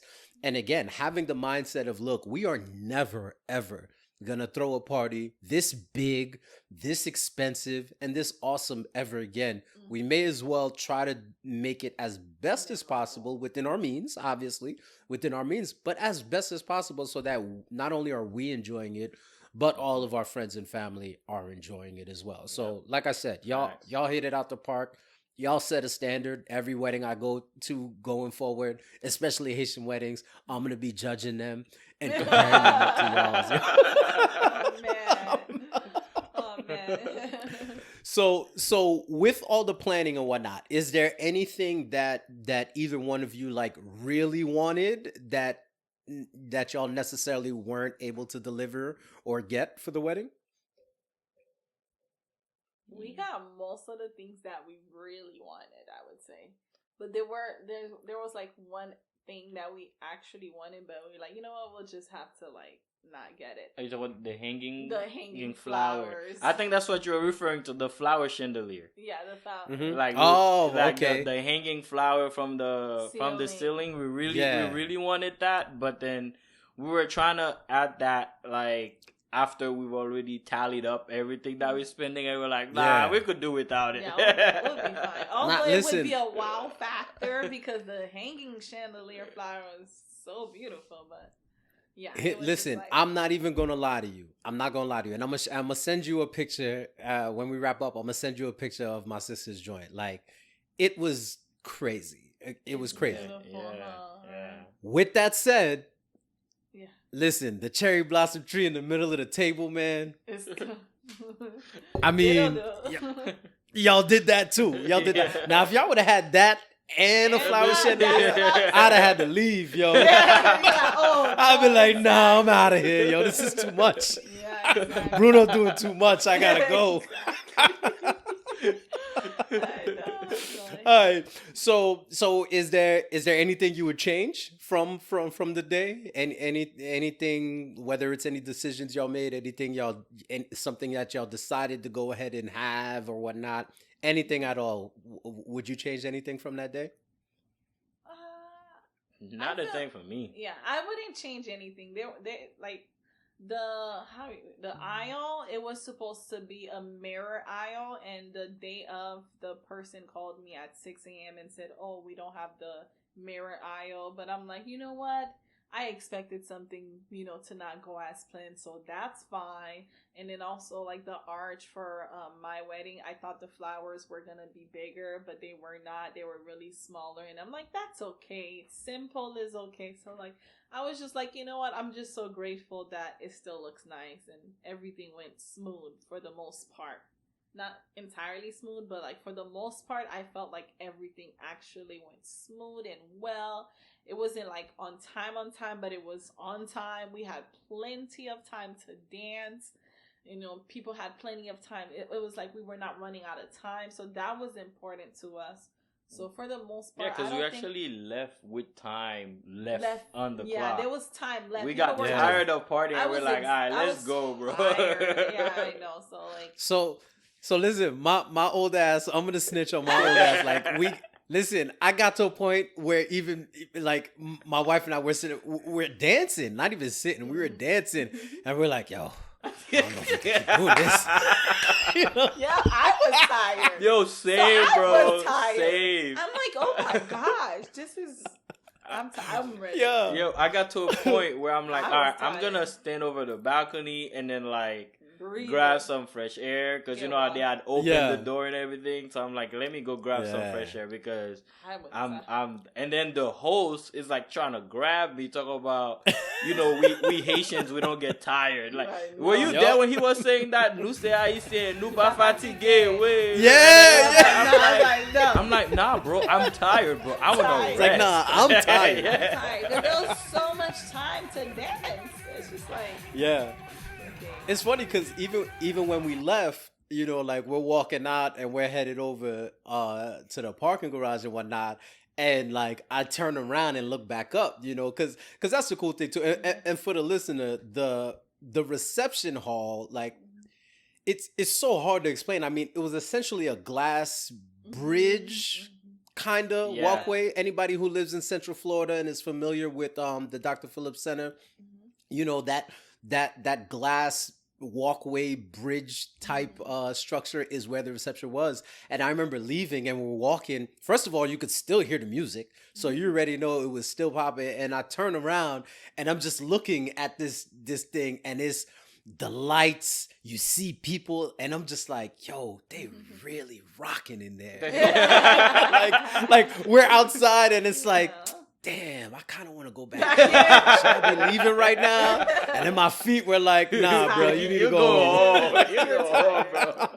You go home, bro. All right. So one thing from each of you, the number one best / favorite aspect of the wedding, like whatever, whether it's a design aspect, entertainment aspect, food aspect, like from each of you guys, what was your number one favorite thing at the wedding? That's so hard. There's so many good things. I would, for me it's the reason why I would say it's my number one thing. I feel like you're gonna pick what I'm picking. Okay, I'll go. Do you want to sit together and see if it is the same? Yeah. What? Well, it's one of my tops, so because it's hard to pick, but I feel like you're gonna pick it too. Okay. Well, I'll go first. We do 3, 2, 1. 3, 2, 1. The decor of the reception. Oh, actually, I like the band. So her highlight was so different then. That's good. Yeah. Me, but that is one of my top two. Like literally, I think the reason why like the decor in the reception room and seeing it come to light was like my favorite thing, is because it's like, you have the vision, like, you say this is what you want, this is what you want. You draw it on paper. I'm looking at the blueprint, but before the ceremony starts, they let us before the reception started, they let us take a peek into the room, and then when I saw it, like it was just like so surprisingly good that it ended up being like, yo, like this is the thing for me. This is my favorite thing, my highlight. And then when you combine it with the lights, because we almost didn't like go with the light package stuff, because at the end they're telling us the lights is a package and this, and I'm like, yo, I'm not trying to spend more money, but I'm like, it's a glass room. You need it. The light is what will make it. So then I'm like, put the light. So it's like the lighting with the thingy, like with the decor. That was like my favorite thing. That was my favorite thing about everything. But yeah, the band was fire, and the band are our friends too. Yeah, so the band was one of my favorite, but definitely the decoration, because that's what made the whole vibe of the wedding. for people to be like, okay, this is gonna be something nice, like based on the decoration. And also everyone's vibe was just so beautiful. So everyone was happy to be there. I can feel the excitement. I can feel great and positive energy. So like, to me, everything was amazing. Like the whole venue and the decor, it was just, yeah. Because like you mentioned earlier, I kind of had like the same experience you had with that room. Because I think a week prior, a couple weeks prior, I was in that room for the menu tasting. I've seen the room. Mm-hmm. So it's like to walk in there and see how it's set up. Like on my day, it was just like mind blowing. Like, yo, is this the same room that I was in a few days ago? So piggybacking off of that would be, if I had to pick my number one favorite thing about the wedding, I would say it's the decor too. Mm-hmm. And exactly what you just mentioned. It's because I was in that room a week prior. Mm-hmm. And when I walked into that room for the wedding, I was like, there's no way this is the same room. Yeah. And I think there's and when we extend beyond the room also, even the lobby, the staircase, it was done up for Christmas, beautiful tree and whatnot, so just the overall ambiance and beauty of the entire building property itself was just on point. Even if we're going back to the ceremony as well, with that balcony / rooftop kind of vibe, you get the sunset. And then even where we had the lamb chop hour was You're not the only one. That's so funny. People always mention the lamb chop. Yo, we should. I wish this thing could count how many times we said lamb chops. Yeah, no, you're not the only. I'm surprised that you're not the only. Like, Even there too, like the vibe there was great, nice big open area. Like everything about the venue and the decor was A1. I mean, the entire wedding A1, but the venue and the decor specifically, like I said, when I as someone who's in the business myself, now you mentioned like the lighting as well, so like when we DJ, we do lighting too. So that's one thing we always partner with brides and grooms, like, hey, does your venue have lighting? Mm-hmm. If your venue does have lighting, we can provide additional lighting. We can add accent lighting, whatever the case may be. But lighting is very key. So, and you hit the nail on the head when you mentioned the fact that room being glassed the way it is. And that goes to that point where as we're leaving, I'm looking back up and I'm just like, that is crazy, just looking up at that glass fixture, knowing the party is going on in there, seeing the lighting and everything, and still being able to see all of the decor and whatnot. Y'all killed it, man. Y'all, did you know that bravo. Like the glass was actually open, so we can actually feel the outside. So it looks like glass, but really you're seeing like the city view and all the nice buildings and the lights. And now it's a bit there too, because even when we did our Christmas party, it was open already when you walk in. Mm-hmm. So being there, and that was another reason why it felt so different, because not only was it really not dressed up for the Christmas party, but once we walked in the room, that entire glass was open. So in my mind, I felt like that's a room that is just like that. Mm-hmm. I'm like, oh, this is just some random room that they have that has this opening. So I remember walking into yours, and then at first it was closed, and I'm like, is this the same room? Like this can't be the same room. So then I remember it wasn't until when we came to greet you guys at your table, is as we're walking up, and I'm excited like a kid on Christmas. I'm telling my wife, baby, look, it's open. See, I told you, the glass opens. Yeah, dude, because they asked us. I heard a lot of people saying that. Yeah, because apparently they did that on purpose. Like they waited for people to come in and then do the whole grand opening Oh, really? thing. I didn't even notice. Yeah, that was a great touch, because I told my wife, I was like, I think this is the room we were in, but the room I was in had a balcony. Yeah, so it wasn't until, and we didn't notice when they opened it. It was when we started walking over to your table, and I'm looking, I'm like, oh, it's open. Yeah, and I like I said, happy as I'm like, baby, I told you. That's so cute. That's funny. Nah, but listen, seriously, again, like y'all really set a standard. for me, it makes me extremely happy because, again, as someone who's older, who's been married far longer, and knows what it means and knows what all comes with that. One, I appreciate the fact that at y'all young and tender age that y'all are able to find love and identify love and understand what it is and understand what that union of marriage looks like, to take that responsibility on head first, and then on top of that to be able to put on such an amazing display of your love. I mean, just top notch, man. I can't tell y'all enough how absolutely just excited and honored we were to be able to be a part of that. That was an amazing experience, and I thank you guys top to bottom 100% appreciate that for allowing us to be a part of that. Yeah, appreciate that you could be. Nah, I wasn't gonna miss that for a word. I told you, I'd have been at the door paying for my plate. I told you, I'm like, Bruno, I will pay for my plate. What made you think that it was gonna be good? Like, what made you think that? Because like I said, I know Bruno has a similar mindset as me, even though I didn't know you and didn't know what your style was and what your taste was and what your mindset was. I know how I connect with Bruno through things that, like we're outside the box type people. Yeah. I love outside the box type people. So an outside the box type person planning a wedding, I'm like, I want all in. I need to be a part of that. I already knew from jump, just based off the things that we, the similarities and the things that we like and appreciate. I was like, no, he's gonna put on a show. It's gonna be nice. Because I know I would have put on a show. I put on a show. You have some bougie reputation then. I mean, would I call it bougie? I'll call it. I'll call it extraordinary. That's what I would call it. See, I wouldn't go bougie. I'd say extraordinary. Yeah, because like he mentioned, like when we used to work at Tommy together, when the store closes, you're allowed to play music while you work.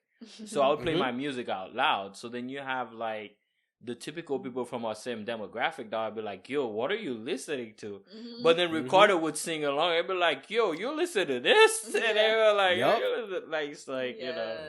Oh, that's nice. Yeah, no, there'll be plenty of times like that. That's how it started. I think it originally, obviously, the first impression with the interview, that was a home run. But then, like you mentioned, as we continue working together, I think music was the first thing that kind of really brought us together because, I'm somebody who grew up I listen to all music. Don't get me wrong, but I also listen to a lot of stuff that generally people from our demo aren't listening to, so I'm used to what the hell are you listening to, bro? What is that? So when I'm able to look across a room and see someone who looks like me listening to the type of stuff I listen to, I'm like, I already know this dude is something else. Appreciate that, man, for sure. Yeah. All right, so honeymoon. Y'all look like y'all had a great time, man. Yeah, so we went to the Virgin Islands. It was, again we like being underwater. I mean, we don't like being in the water, but we like being underwater a lot. On a boat. Yeah. Same. Yeah. Same. Yeah. We don't like to be in the water or below the water, but we'll be underwater. For sure. So we went to the Virgin Islands, and it was a pretty cool experience for me personally because we rented a car, and like from driving around, and then our resort was like up in the mountains. So it's like driving up to the resort, like seeing like the scenery, the people's houses. So it kind of like reminded me of back home in Haiti. So I was telling Naikha, I'm like, yo, this is so dope. It's like driving up the mountain, seeing the beautiful greenery. But also, I don't know how at the top of the hill there's still ocean. I don't understand it. But like it was we had an amazing time. We met amazing experience. Was it? We met Ty Tribet was at our resort. At our resort. And we're like, is this him? Yeah. So Ty Tribet is a gospel gospel artist. He also has a church in Orlando. Yeah. Yeah. So Yeah. Like one of the things I mentioned, I noticed, y'all was having a really good time. It looked like y'all was having an amazing time on the honeymoon from what you guys were posting on social media and whatnot. One of the other things I noticed too, and that I really like about y'all, is that even now after y'all are married, y'all are still dating each other, which is so important. Like, I love being able to see you guys out on y'all random date nights and whatnot. So if there's anything I could tell y'all as far as advice go, is to keep that, like keep that dating vibe. Date nights are super important, especially right now. You guys don't have kids yet and whatnot, so y'all have the opportunity to be able to be a lot more freer with your time and appreciate y'all time together. That's something I kind of see every so often, where you guys are out and about, and I'm like, that's awesome. That's what it's about. It's not just kind of being in your PJs or sweats hanging out at home all the time. That's great too. Yeah. Don't get me wrong, for that's sure. awesome too. But being able to keep that vibe, that dating vibe and whatnot, I like seeing that. So if there's any advice I can give y'all, that'd be one of the things, is to definitely For sure. keep that going. Yeah, plan a vacation every year. Yeah, that's the thing. That's another important thing plan a too. vacation Definitely every year and keep dating. Dating. Facts. Keep making more money. So get that lawyer money. That's it. Get that accountant money. She does not know that she's my retirement plan. No, that accountant money. Bruno did good. He played his cards right. He got $1 million, right? He got $1 million, right? I got $1 million. Exactly. I saw her last name being $1 I'm like, she's gonna be the one that's the millionaire. So it's like, let's trap her. So all right, we're married, a honeymoon phase. You guys it's 6 months now, right? Well, just to about, be honest, right? Our wedding, how would you say that? Yeah. Our wedding was 6 months, but our marriage is going on 2 years. Okay. Yeah. So, surprise. Wait, hold on. Yeah, surprise. Hold on. Let's go back. Oh, we got breaking news here. What Yeah, was that? breaking news. Breaking news. What was that? Y'all faked us out? Pretty much. So what happened there? Let me get that story. Breaking news. Yeah, so we got married, right? So we got married, but again, for the type of wedding that we wanted to take our time to okay, first thing first. Like, our wedding date was based around our photographer. Like, that was the only day that he had available 1 year out. So, and it was like, we don't want anybody else for pictures, we want him. So we were like, okay. Shout out to him. Yeah, shout out to Stenlow Photography. Yeah. So he great yeah, he so did. That's why we had to go. Yeah, he did Draymond Green's wedding. He did Draymond Green's wedding and like some other guys. So we wanted him. And then again, because it's like, we've seen instances where people get a non-black photographer to shoot black people and it doesn't come out right. Mm-hmm. So when we found like a black photographer that shoots black people very well, so we're like, we want this guy to do it, and he wasn't available until like a year out. Mm-hmm. So then we're like, fine, we're gonna book a wedding date around your availability. Mm-hmm. So then, but as far as like us being married, we were ready to be married. So we got married. But then the wedding aspect, we're like, hey, we'll do that when we can actually get it right. Yes. And get all the things we wanna get. But I'm like, if everybody knows we're married already, that'll take away from how special the wedding day is. Yeah, so, no, you're ain't right. nobody you're gotta right. know. Let's make it more exciting for them. Yeah. Nah, you're right. If we knew, the lamb chops may not have tasted as This good. I love the lamb chop was a highlight. That's it. Listen. If I ever head back to the Dr. Fuller Center for any event, the first thing I'm asking is if lamb chops is on the menu. Like, if not, I'm leaving. Like, I'm not even gonna waste my time. All right. So what's next? right? I mean, I already know. I'm Haitian, y'all are Haitian, so I know once you get married, the logical next question from everybody involved I is know. about kids. I'm not putting that pressure on y'all, but what do you guys see for yourselves in the next, let's say, year or two? For me, making sure that I finish school and hopefully we can buy a house. You know, like we're in Miami, so it's pretty tough, but hopefully we can buy a house and making sure we have something together would Hmm. be really nice. And what about you, Bruno? Yeah, yeah. I mean, like as far as the kid question, I think the like that we want to take our time, postpone it as far as we can. But It ain't easy and it ain't cheap, so take your Making time. sure our career is exactly. right first. Exactly, yeah. So it's like we'll make sure that like she finishes school with me is more of you know us growing together, without having to, without having like a third party or like the children. You know what I mean? Like it's That's true. like, yeah, where we can grow together in all aspects, like our maturity, our problem solving skills, conflict resolution. Everything in Hmm. between, where we can get to that point where we can grow individually, grow as a married couple, and also grow financially, and then from that point on, if God blesses us, but then again, that's our plan, but at the end of the day, it's according to God's will and his plan for us. So, but that's based on us, and hopefully, with God's help, we can accomplish all the things that we set out to accomplish, really. Yeah, can't ask for anything better than that, man. I appreciate y'all coming on once again. We're getting down to the end. Couple little things real quick. I know I've been sitting here asking y'all questions the entire night, so we're at a point of the show that I like to call vice versa. We turn things around. I like to let my guest be the host. So whether you guys want to ask me one question together or you each want to ask me a question separately, your choice, but the floor is yours. You guys are the host. I am your guest.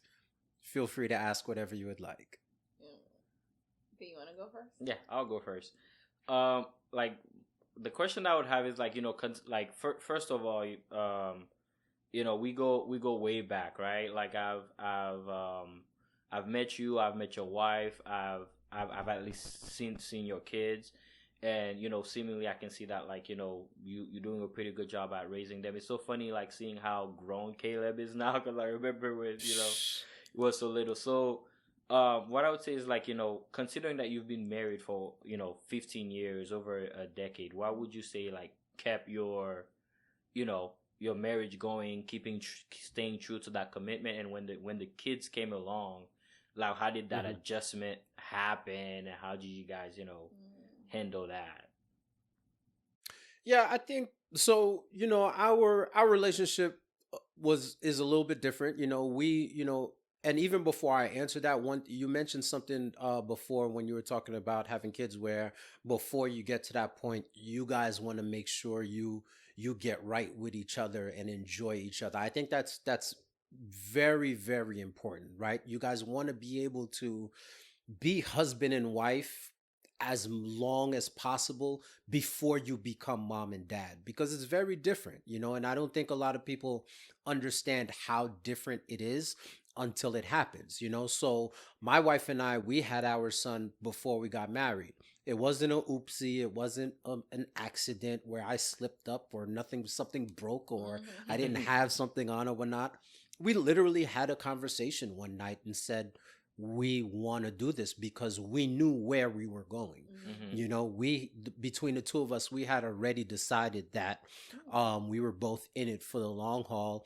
And while we knew we wanted to get married, we did know right then and there we were ready to bring a child into the world together. So we did have Caleb prior to us getting married. So we had Caleb was born in April of 2009, and then we got married in September of 2009. So We didn't necessarily get an opportunity to just be husband and wife without being mom and dad. But, we had a few years together where, we were able to cultivate our relationship, right? Mm-hmm. Now, the important thing is beyond that is to find that time to maintain that also. That's the biggest key for us, because mom and dad by nature essentially becomes the more important title. So husband and wife can sometimes be forgotten. So it's just a matter of making sure that you maintain both titles. We are always going to take care of our kids first and foremost, but we always do a very good job of making sure we do not forget to take care of each other. So it is date nights, even though they don't come as often as we'd like.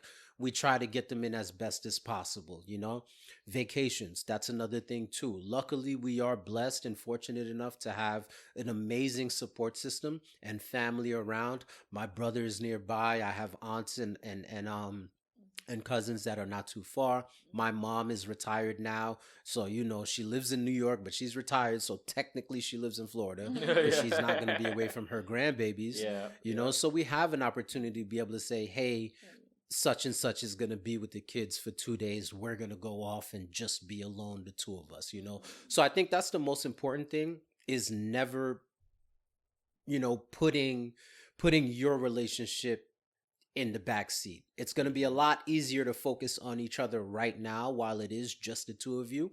But down the line, when you do have kids, always remember to make sure to step back. And as much as it has to be all about the kids all of the time, you want to always make sure you step back and focus on each other. As long as y'all maintain that, you're going to be good, right? And again, you're going to hear it all day, but communication is really, really, really the key. It's not always going to be easy to communicate with each other, but you've got to make the effort. You've got to try. You've got to be willing to make it work, And something I see from you guys that I love as well, that I'll say you guys need to maintain, is the fact that I can genuinely look at you guys and see that y'all like each other.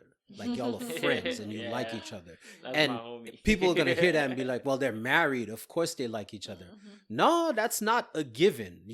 Liking somebody and loving someone are two completely different things. You could absolutely love somebody and not like them whatsoever. We like each other, people be like, are you guys brothers and sisters? Yeah, we get that. People who See? don't know Which we is married, they think we terrible. siblings. They're like, But you know what? so, You know what? Besties vibes. It's weird. Don't take offense to that. Don't take offense to that. If people say that to you, you guys are doing your job. Y'all are doing what y'all need to be So I'm doing. like, is it Because we're that not type of bond Like, no, should we be that type of kissing on bond each other?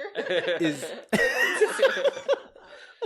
They're like, no, that type of bond is what keeps the marriage going. That the love is automatic. When you actually like being around each other, when you like talking to each other, when you like spending time with each other, when you like cracking jokes with each other, that's what makes the difference. So keep that up and you guys will be just fine. Oh, Appreciate that. Thank you. Yes. I was going to ask about the communication because I know, like, with men, it's kind of hard to be brutally honest. And sometimes I can tell, like, there's something off with Bruno that he probably doesn't want to communicate. But I'm like, how do you? Yeah, he's gonna be like, I don't think so. But trust me, women have intuition. They can always tell when something kind of switches. So it's just like, how would you say your wife help you to better communicate with her and to be vulnerable and to be like honest? I know it takes time, but like, how has she I guess made you feel comfortable enough to be able to be brutally honest and communicate certain stuff? That's a great question. Vulnerability is not easy. For me, I could say for sure it's not for me. Obviously, stereotypically for men, it's not easy. But I'm not going to speak for every man. I'm going to speak for myself. It's absolutely not easy for me. It's never been easy for me.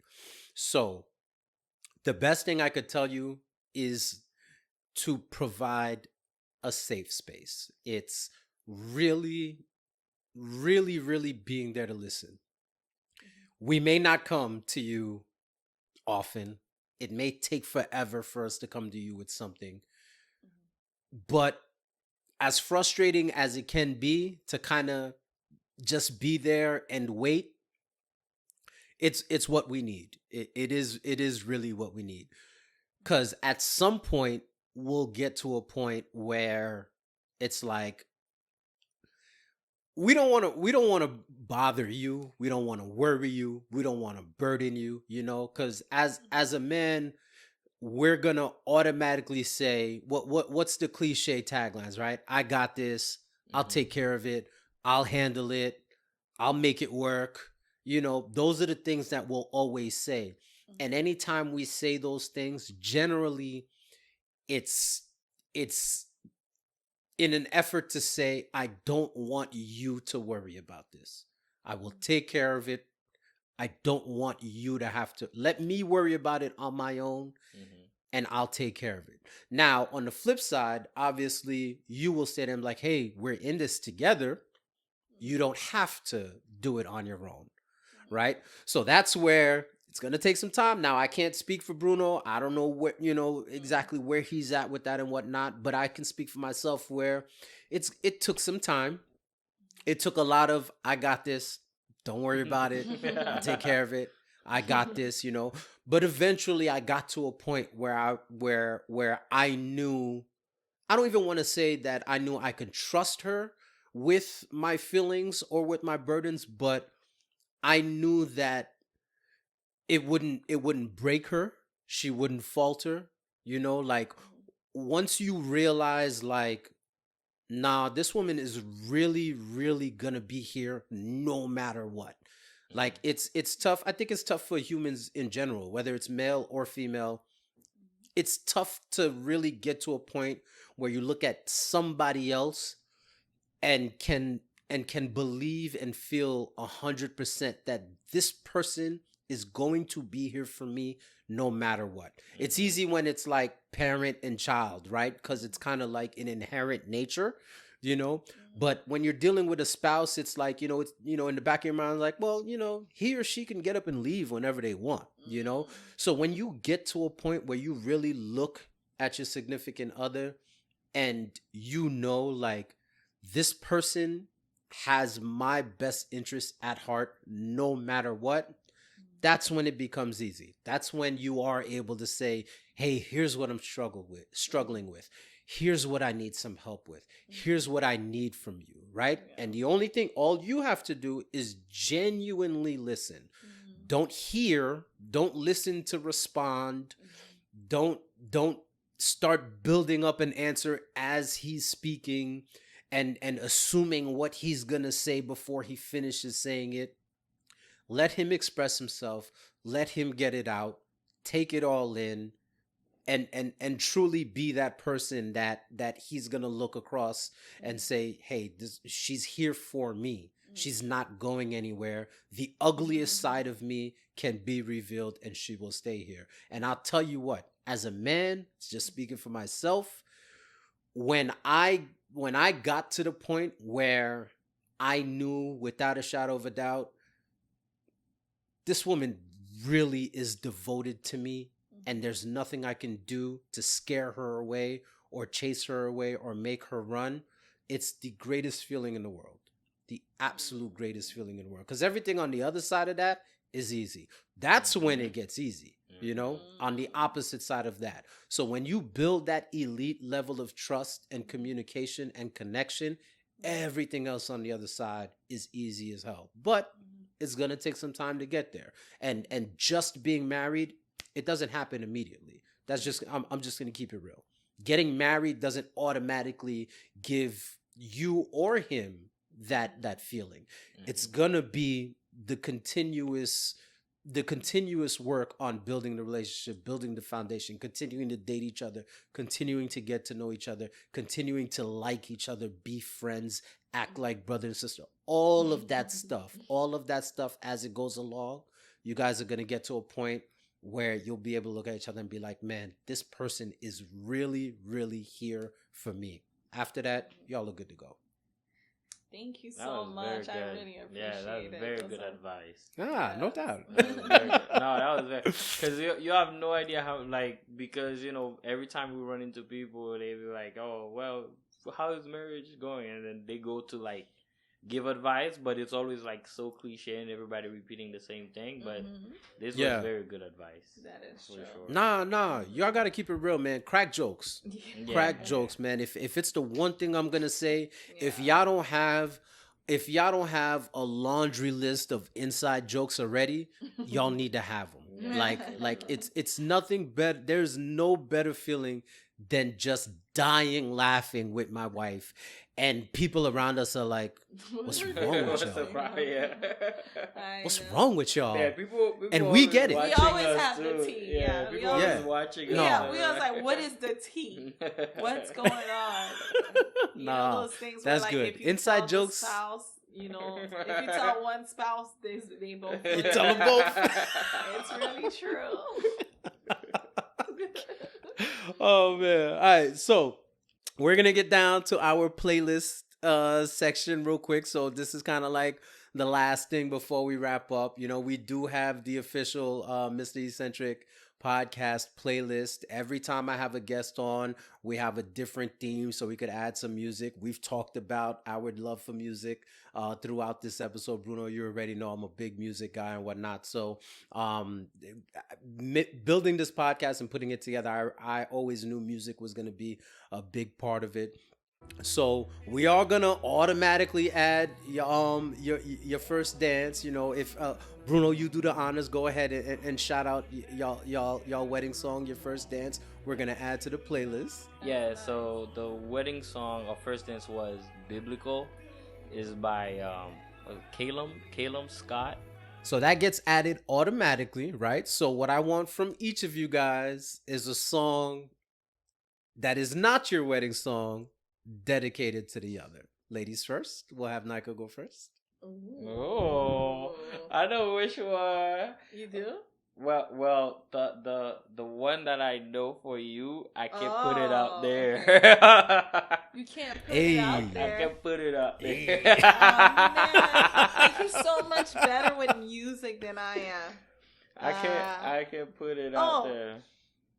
I don't even know this song, but I like the title, Nobody Gets Me. By SZA. Yeah, is that a good one? I I don't remember the song. I hope so. I just like this. I'm just looking at my playlist. I'm like, which one should I do?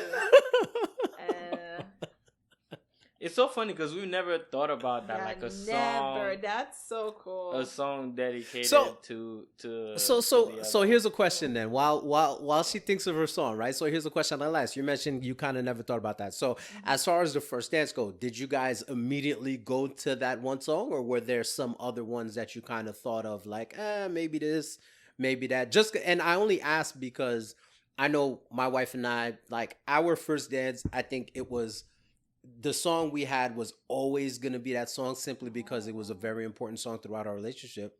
But there were a couple of other songs that I was like, you know what? I mean, this wouldn't be bad neither. So did you guys have other options? Yeah, and I would say that's my song towards her. It's Thank God by Kane Brown. It ended up being a cake cutting song. Like, we didn't make it first dance because it was kind of up to a beat. Like, it's a country song. Like, Kane Brown is a black country artist. Kane Brown goes hard. Yeah, man. he goes I rock with hard. Kane Yeah, Brown. yeah. So Oh. thank God by Kane Brown is like the words. Like, I literally resonate with the words when it comes, like, to her and stuff like that. So I would say that would be the song that I dedicate to her, and that was gonna be like our first dance. But then it ended up being like a cake cutting song. I have a song. I just love this artist, Matt Simmons. Oh yeah. And I remember when we were dating, like, I would listen to this song and I'm like, You used to "Ooh." put that song Yeah, on repeat. I would play it on repeat. So Catch and Release by Matt Simmons. That's a nice song. That's because she caught me and then she released me and then she caught me again. Yeah. Hey, look, as long as she caught you again, Finally. I she mean, caught me again. as long It's as she just a caught you beautiful again. song. All right, man. Listen, again, guys, I cannot thank y'all enough for joining me tonight. This was awesome, man. I had been looking forward to this. Like I said, since the wedding, like, legit, I left and I'm like, I need to have them on because we need to talk about this. Once again, I can't stress enough how amazing the entire night was. Thank you all once again for allowing us to participate. But more than anything, thanks for coming on today. I really, really appreciate y'all. Before we do get out of here, I need y'all to shout yourselves out. Give all of your social media tags. You know, we got the podcast. We've got some fashionista stuff brewing. Yeah. You know, so come on, man. Rick is tuned in, bro. Listen, come on, man. I'm Great not supporter, look. and I really appreciate that. Here's the thing. Struggle. Here's the thing. I'm gonna keep it full real. I will never have anybody on my show that I do not genuinely like. Seriously, you know, and it's like, so like I genuinely adore you guys. And again, you know, I follow up. Listen, next time you're in Orlando, for real. I know we talked about it. We've tried to work it out. Look, we tried to. I was gonna try to make it work for that concert. I was gonna still try to come down and link up with you guys. We had a great No, time. of course, man. Listen, me and Bruno had gone back and forth with around her music for a while because you know listen, I may as well be on Jessie Reyes' payroll at this point. Like I need somebody from her team to cut me a check. You know? So, but you know we've talked about her music back and forth all the time, and then like I said, when they rescheduled, so when the first night that it was supposed to be, I was trying to link up with you guys, but then the rain was crazy. Yeah. So we got backed up. The traffic was insane. We got there. They finally canceled the show and not. She did like she came out. She did an acoustic set, so it was amazing. And then even when they rescheduled, I was like, man, you know, we can go back down. We could try to work it out again. And then things came up like the day before, like 2 days before, and I was like, man, I don't think I'm gonna be able to make it. And I'm going to put the tickets on sale, and I'm like, I'm not selling these tickets. I'm gonna give them to them, you know. So like I immediately hit Bruno up like, yo, you got plans? You got plans tomorrow? Yeah, appreciate it. Nah, bet date night on me. Yeah, date night on you. Yeah. Free date night on Rick. Nah, I'm glad y'all enjoyed. I'm glad y'all enjoyed. Definitely. We love sports. Absolutely, you know, for we real. Love watching sports. Yeah, next time you guys are up, it's on. And we come down to Miami pretty often too. It's been a little bit, but we come down to Miami fairly often as well. So we definitely got to link up for sure next time we're in either city at the same time. For sure. Yes, please. But yeah, go shout yourself out. Full blown promo. Listen, man, no shame in the game. Give all of the handles, all of the business, everything. If you guys don't do one thing, but you have to do this, just follow Dress Up Gael, because I am starting a fashion page. I'm trying to be an influencer, and I'm trying to share my retirement plan. I'm trying to share my fashion with the world. You know, you might find some great idea for your wife if you want to shop something, and you're like, you know what?